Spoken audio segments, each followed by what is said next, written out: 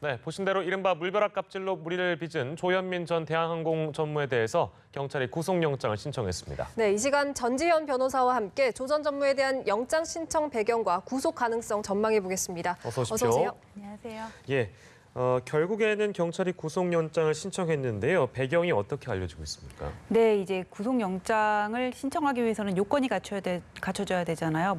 범죄 혐의가 소명이 되고 증거인멸의 가능성이 있어야 되는데 예. 범죄 혐의의 소명과 관련해가지고는 회의를 이렇게 주재를 하다가 참석자한테 광고대행사 직원한테 지금 물을 뿌렸다는 거 아니에요. 예. 그래서 그건 폭행에 해당한다는 거고 물을 뿌림으로써 회의를 중단시켰으므로 이건 업무 방해에 해당한다는 거고요. 예.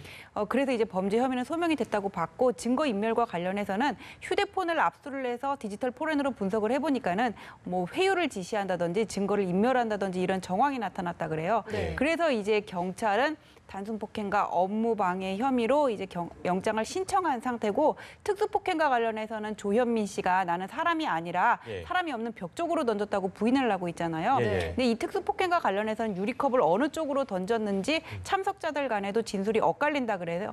그래서 이 부분은 아직 사실 확인이 안 돼서 영장 사항에는 배제가 됐습니다. 네, 예, 예. 이렇게 되면 이제 검찰이 경찰의 영장 신청을 검토한 뒤에 법원에 청구할지를 결정할 텐데 어떻게 예상하고 계십니까? 아니, 저는 이게 검찰에서 기각을 하면서 보안 수사를 지시를 한다던가 예. 청구를 한다고 하더라도 예. 기각될 가능성이 높다고 봐요. 왜냐하면 먼저 단수 폭행 가지고는 구속까지 되는 사례는 드물고요. 예. 그리고 이제 업무 방해 관련해서는 이게 업무를 방해했다 하기 위해서는 그게 타인의 업무를 방해를 해야 되는데 네. 같이 이렇게 회의를 하고 있었던 거잖아요. 이거는 회의를 주재를 하고 중단하는 권한은 조현민 씨한테 있는 거지. 이게 광고 대행사 직원들의 업무를 방해했다고 보기 어려운 면이 있거든요. 그래서 업무 방해 혐의와 관련해 가지고는 이걸 법원에서 어떻게 볼지 모르겠어요. 그래서 예. 저는 이게 기각될 가능성이 크다고 보여지고요. 예. 지금 이 사건과 관련해 가지고는 갑질 논란에 대한 국민적인 공분이 워낙에 거세지니까는 네. 이게 여론에 밀려 가지고 경찰이 영장을 신청한 것 같은 지금 그런 모양새를 보내고 있는데 예. 법을 더 잘 아는 거는 검찰이고 경찰이고 수사기관인데 예. 이렇게 여론에 떠밀려 가지고 영장을 신청을 하고 조사를 하는 것 같은 모양새는 별로 보기 안 좋은 것 같습니다. 네, 물론 이제 만에 하나 가능성을 열어둔다면 이대로 만약에 진행이 된다면 결국에 증거인멸에 대한 부분이 적용될 가능성이 높다 이렇게 보면 될까요?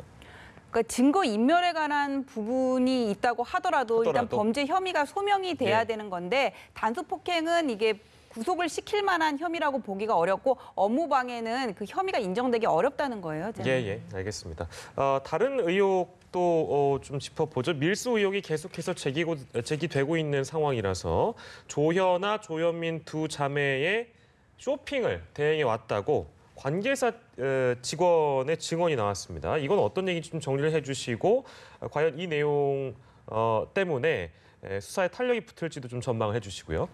이 구체적인 증언들이 지금 계속 쏟아지고는 있어요. 많은 네. 제보들이. 그러니까 이 내용이 뭐냐면은 9년 동안 한진자매 밀수를 담당했다는 직원이 폭로를 했는데 예. 해외 온라인몰에서 쇼핑을 하면 해외 지점에서 찾아서 대한항공 이제 항공편으로 배송을 했고 예. 그다음에 또 이제 많을 때는 이민 가방 3개 분량도 됐다 지금 이렇게 얘기를 하는데 네. 뭐 땅콩 회항이라든지 한진해운 사태가 터졌을 때는 그때는 또 이런 밀수 업무가 중단이 됐다는 거예요. 예, 네. 근데 지금 이런 제보들이 이어지고는 있는데 아까 수사에 탄력을 받을까 물어보셨잖아요. 근데 예. 그저께도 비밀의 방이 있다는 제보를 받고 갔는데 결국은 아무것도 못 찾고 그 한진가 자택집 구조만 구경하고 왔죠. 예. 그러니까 이게 밀수로 인해 가지고 관세청에서 뭔가 이렇게 이거를 이 부분을 가지고 문제를 삼기 위해서는 무슨 어느 정도의 밀수품이 있는지 그 범위를 좀 특정을 해야 되거든요. 예. 그러니까 지금 관세청에서는 그런데 뭐 압수품하고 그다음에 카드 사용 내역, 그다음에 관세 신고한 내역을 가지고 이 부분을 특정을 하겠다는 건데 예. 밀수를 계획을 하면서요. 누가 그거를 카드로 사용해 가지고는 이거를 산다고 보기는 어렵잖아요. 예. 그래서 아직까지 이 부분을 특정하기 위해서는 갈 길이 멀다고 보여지고 이런 제보들이 쏟아지고 있기는 한데 그걸 들을 때마다 이런 일이 있었어 하면서 공부는 살 수 있지만은 예. 좀 구체성이 떨어지는 면은 있습니다. 네, 말씀을 해주셨는데 비밀의 방과 관련해서 이제 대한항공 측도 비밀의 방 같은 것은 존재하지 않는다 이런 공식 입장을 냈거든요. 근데 이제 뭐 의혹에 따르면 책꽂이와 옷가지로 가려진 공간이 뭐 한두 곳이 아니다 이런 말도 있습니다. 아니 뭐 갔더니 3곳이 있는 걸로 확인이 됐다 그러잖아요. 네. 그러니까 예. 비밀의 공간이 없었던 건 아니에요. 비밀의 방이. 근데 뭐 책꽂이하고 또 옷으로 가려냈다 그랬죠. 거죠. 그런데 네. 여기를 이제 찾아내기 위해서는 그 인력들이 동원이 돼가지고는 비파괴 검사 장비도 동원이 됐고 이랬다 그래요. 찾기가 어려웠던 것 같은데 네. 결국 이렇게 비밀의 방은 찾아가지고 들어갔더니 아무것도 없었다 그러죠. 그냥 창고였다 그러잖아요. 근데 예, 예. 우리가 상식적으로 생각하기에 이거를 창고로 사용하는데 그렇게 은밀한 곳에다가 꼭꼭 이렇게 방을 숨겨놓을 이유는 없는 것 같잖아요. 네. 그러니까 우리가 그냥 상식적으로 생각할 때는 밀수품이 아니더라도 거기 뭔가 이렇게 중요한 물건을 보관하고 있었을 무언가. 거는 같아요. 네. 그래서 보면 우리가 추정을 해보면은 이게 압수 인력들이 그러니까 수사가 관세청에서 나오기 전에 예. 뭔가 있던 물건을 치워놓은 게 아닌가 그렇게 의심은 드는데 예. 이미 치워놨으니까 뭐가 있는지 이제는 확인할 수가 없는 그런 상황인 거죠. 그러게요. 여러 가지가 좀 드러나곤 있습니다만 아까도 말씀해 주신 대로 뭔가 구체성을 띌 수 있는 증거들 이런 것들을 좀 더 확보해야 뭔가 이제 저희도 보도를 통해 접할 때 이해가 좀 쉬울 것 같습니다. 대한항공 직원들이 이제 경영진들의 퇴진을 요구하기 위해서 촛불 집회를 열고 현직 한진그룹 임직원들을 위한 집회 참석 매뉴얼도 개발을 했다고 하는데 이건 어떤 내용이 담겨 있는지 좀 정리해 주시죠. 그러니까 오늘 저녁에 대한항공 직원 100명들이 모여가지고는 촛불 집회를 여는데 예. 주장하는 내용은 총수 일과 퇴진과 갑질 근절이에요. 근데 네네. 참석 매뉴얼이 뭐냐면은 신원을 알기 어렵게 하기 위해서 마스크와 가면으로 얼굴을 가리고 아는 사람이 있어도 아는 척하지 말고 이 집회가 끝나도록 회식을 하지 말자 이런 룰을 세웠다고는 하는데 네. 예, 그러니까 이제 우리 사회가 어떤 총수 일가가 몇 프로 지분을 가지고 대규모 집단 전체를 지배하는 이런 구조에 대해서 용인을 못하는 것 같아요. 분명히 총수 일가들도 이 부분에 대해서 귀를 기울일 필요는 있어요. 다만 촛불 집회 분명히 그 중요한 의미는 있을 거예요. 근데 예. 촛불 집회를 한다고 해서 그거를 다 들어줄 수는 없는 거잖아요. 엄연히 법과 절차라는 게 있으니까. 예. 그런데 아까도 말씀드렸던 것처럼 다만 이런 재벌 그룹들의 총수 일가의 대규모 그룹 경영 전횡 문제는 계속 이렇게 수차례 지적이 되고 있는데 이 부분에 대해서 앞으로 우리가 어떤 이런 경영권 감독에 대해서 어떤 구조를 만들고 어떤 제도로 이거를 감시할 것인지 좀 여기에 대한 근본적인 논의는 예. 필요한 것 같습니다. 네, 예. 알겠습니다. 다음 소식도 살펴보겠습니다. 어제 저희가 광주 폭행 사건에 대해서 다뤄봤었는데요. 새로 나온 소식들이 있어서 좀 더 다뤄보겠습니다. 어제까지만 해도 피의자 7명 중에 3명만 구속을 하고 나머지 4명은 불구속 수사를 진행을 했었는데 그런데 예. 오늘 2명에게 추가로 이제 구속영장을 청구를 했습니다. 이렇게 뒤늦게 청구한 이유가 있을까요? 그러니까 처음에 3명만 구속이 됐던 거는 다른 4명도 가담을 하기는 했지만 그 가담의 정도가 약해 보인다 그런 거였어요. 그러니까 예. 똑같이 공모를 해가지고는 어떤 범행을 한다고 하더라도 그 책임의 범위가 다 같은 건 아니잖아요. 예. 근데 처음에 이렇게 3명만 구속할 때는 인근 식당의 CCTV 영상만 보고 그거를 판단을 했었는데 네. 나중에 추가로 시민 제보 동영상도 나왔고 인근 상점에 있는 CCTV 동영상도 확보가 됐다 그래요. 그래서 네. 그것까지 같이 분석을 해보니까는 나머지 2명의 범행 가담 정도도 드러나가지고는 추가로 이제 2명까지 같이 구속영장을 신청하게 됐습니다. 네, 어제도 얘기했습니다만 이 영상에 등장하는 경찰의 어떤 소극적인 태도에 대해서 비난을 하시는 분들이 계신 것 같은데요. 경찰이 이에 대해서 입장을 밝혔습니다. 어떤 이유로 처음부터 강력하게 대응하지 못했다고 전해지고 있나요? 그러니까 그게 뭐라 그러냐면 6시 28분에 이제 신고가 들어왔다 그래요. 그래서 6시 32분에 순찰차 2대로 경찰관 4명이 일단 출동을 하고 그다음에 36분에 이제 순찰차 8대가 현장에 도착을 해가지고는 이제 상황을 예. 제압했는데 경찰에 따르면 뭐라 그러냐면 우리는 매뉴얼대로 행동을 했다. 예. 추가 인력이 오기까지 이제 현장을 지휘를 하고 있었고 폭력을 제지하고 상황을 판단하고 있었다 이렇게 얘기를 하고 있거든요. 예. 근데 현장에 그 동영상이 공개가 됐는데 우리가 보니까 어때요?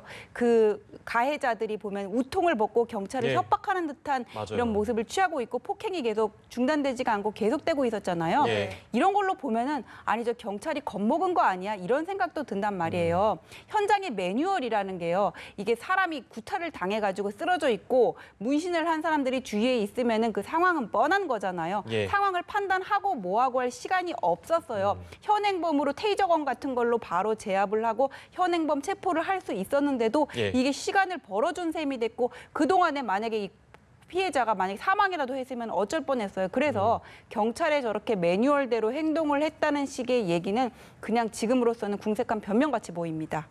네, 알겠습니다. 이런 가운데 이 사건과 관련해서 청와대 국민청원에 참여한 사람이 20만 명이 넘었습니다. 예, 예.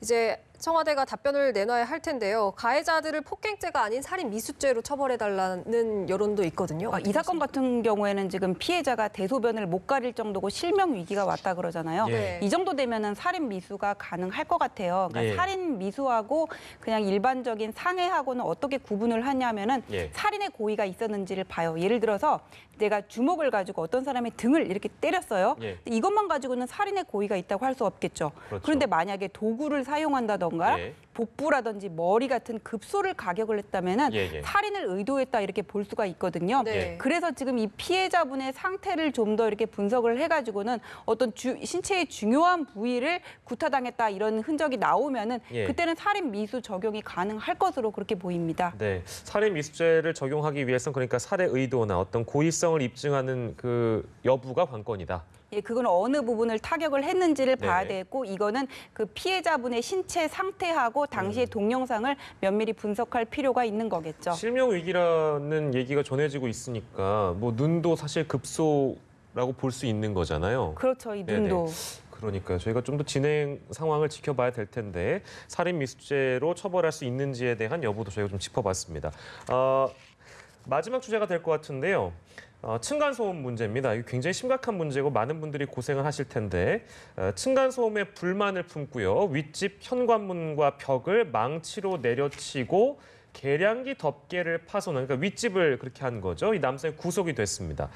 이 내용은 어떤 혐의가 적용 가능한지 또 처벌 수위는 어떠한지 좀 정리를 해주시죠. 그러니까 층간소음 때문에 고통받는 분들, 이 방송 보시는 분들도 많이 있을 거예요. 또 예. 층간소음으로 고통을 받는 어떤 분이 있었던 것 같은데 네. 이분이 너무 좀 과격하게 나갔죠. 어떻게 네. 되냐면 망치를 가지고 윗집에 올라가 가지고는 뭐 현관문, 벽이라든지 계량기를 파손해 가지고는 특수 재물손괴 혐의로 이제 구속이 됐는데 예. 이런 재물손괴 가지고 대부분 구속까지는 시키지 않는데 이분이 과거에도 이렇게 2번에 걸쳐서 다른 폭력 사건으로 입건된 적이 있다 그래요. 예, 그래서 예. 구속까지 된 거고 이분의 경우에는 일반적인 손괴죄하고 다르게 예. 중벌을 면하기 어려울 것으로 그렇게 이미 보입니다. 전과가 있었기 때문에 전과가 있었고 또 예. 이제 특수재물손괴라 그래가지고는 예. 망치를 이용해가지고 파손을 다 시켰기 때문에 예. 중벌을 면하기 어려울 것으로 보입니다. 네, 층간소음은 정말 당해보지 않으면 그 고통을 모른다 이럴 정도로 굉장히 심각한데 이런 일이 생기기 전에 좀 원만하게 서로 조율할 수 있는 그런 방법은 없을까요? 조율할 수 있는 방법들은 많은데 완벽하게 조율하기는 어려워요. 이렇게 층간소음 문제를 해결하기 위해서 뭐 이웃 사이 센터라든지 그런 것들이 있어가지고는 층간소음 문제 때문에 고통을 받고 있어요. 해결해 주세요. 이렇게 많이 민원이 들어온다고는 하는데 네. 이게 그런데 가더라도 이렇게 서로 당사자가 조금씩 양보해서 조율하는 방법밖에 없거든요. 예. 뭐 소송으로 가가지고는 금전적인 배상을 받는다고 하더라도 네. 그냥 내가 돈으로 받는 거지 층간소음이 없어지는 건 아니잖아요. 네. 그래서 어떤 이렇게 법적으로 해결하려고 하기 전에 먼저 네. 이게 만약에 이웃집에서 뭐 의자 끄는 소리, 애기 뛰는 소리 때문에 고통을 받고 있다면 바닥에 폼매트를 깔아버리면은 이게 예. 소음의 정도가 훨씬 낮아지거든요. 그다음에 피아노 소리라든지 TV 소리 같은 경우에는 방음 장치를 설치를 한다거나 네. 아니면 야간에는 좀 그 볼륨을 낮추는 식으로 해가지고는 충분히 이렇게 양해를 구해가지고 해결할 수가 있는데 이게 먼저 층간소음 문제를 해결하기 위해서 중요한 거는 내가 아랫집 사람이라면 어떨까 좀 이 입장이 돼보는 자세가 네. 필요할 것으로 보입니다. 역지사지가 중요하긴 한데요. 뭐 이제 뭐 보시는 분들이 궁금하신 점이 많으실 것 같아서 피해를 받는 아랫집이라면 이거 이제 사례인데요. 피해를 받는 아랫집에서 내 의사를 전달하기 위해서 윗집의 의견을 전달해야 되잖아요. 근데 너무 시끄러워서 윗집에 올라가서 벨을 눌렀습니다. 혹은 뭐 문을 두드렸습니다. 근데 그게 뭐 하기엔 작은 행동임에도 불구하고 윗집에 계신 분이 만약에 이걸 위협으로 느꼈다 하면 그것도 처벌 대상이 될 수 있나요?